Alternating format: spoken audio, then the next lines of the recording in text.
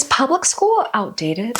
Why would I willingly hand him over to a system built to create obedient workers instead of creative thinkers? Between the gun violence and the fear induction and the regurgitation and the lack of socialization that they are lying to you about when your kids are walking in a single file line behind one another, not allowed to talk, being punished for talking, being punished for socializing while you're sitting here preaching about how they're being socialized because you turn your blind eye to what the system does. It's bad. It's really bad. I don't get to teach. I spend my day managing behaviors and teaching students how to regulate their emotions. I'm not a counselor. I'm not a behavior specialist. I'm a teacher, and most of my job is managing behaviors. I just don't understand why normal basis of America, things we do day to day, is not taught in the school. From kindergarten or first grade to 12th grade, and they teach us nothing about the actual systems of America. Because if we're being honest, a lot of parents feel it. Even if their kids are doing fine, school feels longer, heavier, and somehow still less effective. And at the same time, we see the world outside speeding up faster. AI is changing everything: work, skills, opportunities. So in 2026 and possibly beyond, is homeschool actually better than public school? I'm going to be explaining what public school was designed for, why it's struggling now, and how homeschool fits into the world today. And towards the end of the video, I'll also share what parents can do even if your kid is still in public school right now. Hi, my name is Chidima Wobodo. I'm a 12th grade homeschooled senior. I've been in public school for 6 years, and I've been homeschooled for 6 years. So I've seen both systems from the inside. So let's start from the design. What was public school really designed for? School kind of boomed late 1950s to the 1900s. You had stable companies, which means stable jobs. There's always going to be a job position open for you. Long-term employment. When companies hired for people, they usually had those people until like retirement age. And on top of that, if you had a degree, a degree equals you were going to have basically a great career and a great future. So what was the problem? Well, it was designed to do basically 4 main things: to teach basic literacy and math, 2, to create obedient workers, 3, to standardize education amongst the entire country, and 4, to prepare kids for factories and jobs. During that era, they for sure needed that kind of labor, that kind of support, and that kind of training. So why is this system flawed? School values obedience over thinking. You're told to raise your hand for permission, follow instructions when you're supposed to, but they don't necessarily teach us how to think, how to reason, and how to problem solve on a project that's outside of our comfort zone. So without that skill in this era, that can cause problems, especially because information used to be scarce. As of roughly 2020 to 2025, there has been rapid tech change, AI automation, and job uncertainty. The job market has become much tighter, particularly for entry-level roles. Well, why is that? Because the truth is, companies aren't just pausing hiring, they're eliminating jobs entirely. Some jobs are completely disappearing when it comes to AI. And now we have an influx of students that are starting to graduate. Let's just say these are graduates. So now, let's just pretend that these are new graduates, essentially. There's only a select few amount of jobs left, and all of these graduates from college are now just fighting over to get certain job positions, including people with degrees.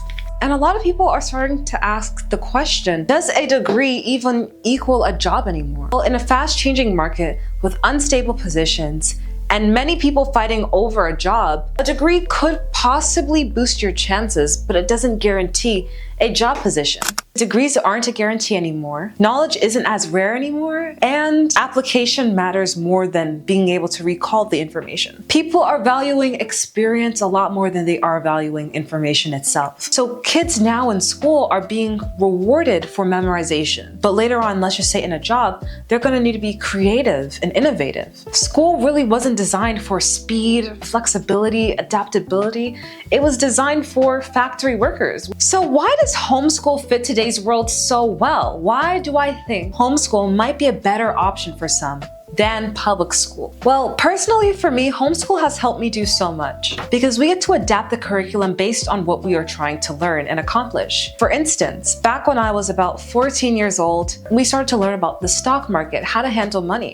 The cool thing about being homeschooled is that your curriculum is not rigid. You can really add some of the things that you feel like is important to learn. You see, both of my parents are entrepreneurs, but they used to both work 9 to 5s, and they left their jobs to then become entrepreneurs. My mom specifically, she used to be a former school counselor. So when she was creating our curriculum, she started to realize that there were so many things that she learned when building a business that she didn't learn when she was in her job. My dad and my mom added some of the aspects of what it's like to build a business in our homeschool. For instance, like how to handle rejection, how to handle no's. We went door to door to sell our book, Miss DeVille, The Council of Secrets. It's back there. We love to get into debates and discussions about what we read. And also through that, it boosted my self-esteem and my confidence. I remember, like I said, when I was in public school, I was super duper shy. Like even though I was around other kids, that doesn't mean I was socializing with them all the time. And I had pretty good grades, but I kind of felt like, what was the purpose of this? What was the end goal? Even people are looking back and realizing now that,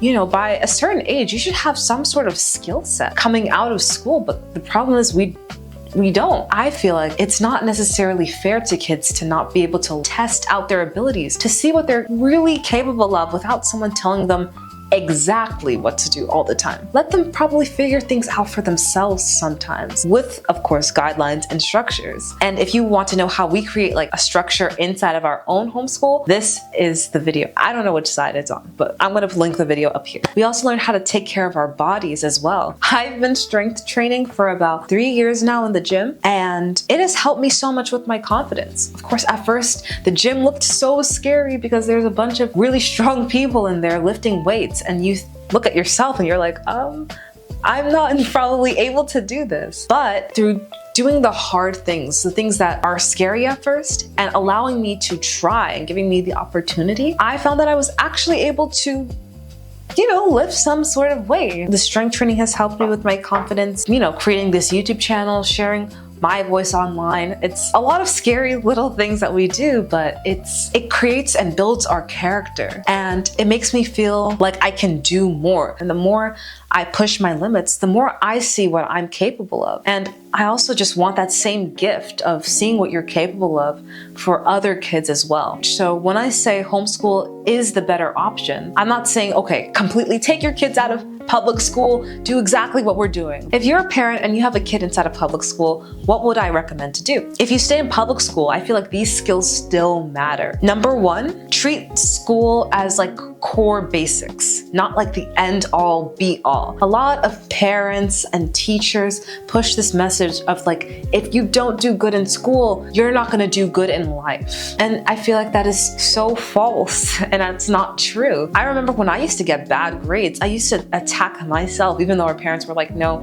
don't think of yourself as bad, just because you got a low grade. Pushing that agenda that school is the end all be all can be very harmful to the kid. Number two, build skills at home. So whether that be writing, speaking, thinking, something that allows parts of your creativity to show. Even when we were in public school, my brother, without our parents actually telling him to, used to write a ton. Folders of writings that he created, stories that we created. For me, other than like watching slime videos online, I used to draw a ton. My sister had a similar thing. She used to love to draw, sing, dance. And I didn't know that I would need my drawing skills in creating Miss DeVille, The Council of Secrets. So number three, protect your environment and influences. I can't stress how important that is. I've heard the saying, birds of a feather flock together. Although in school you can't really control your environment too much, try your best to control it when you can, because the people you're around do influence who you become.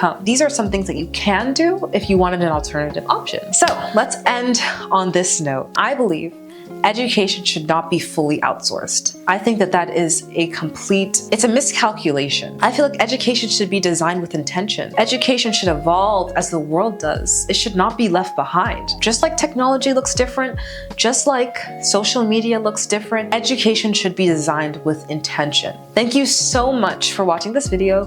My name is Chidema Mwobodo, and I will see you guys in the next video. Bye!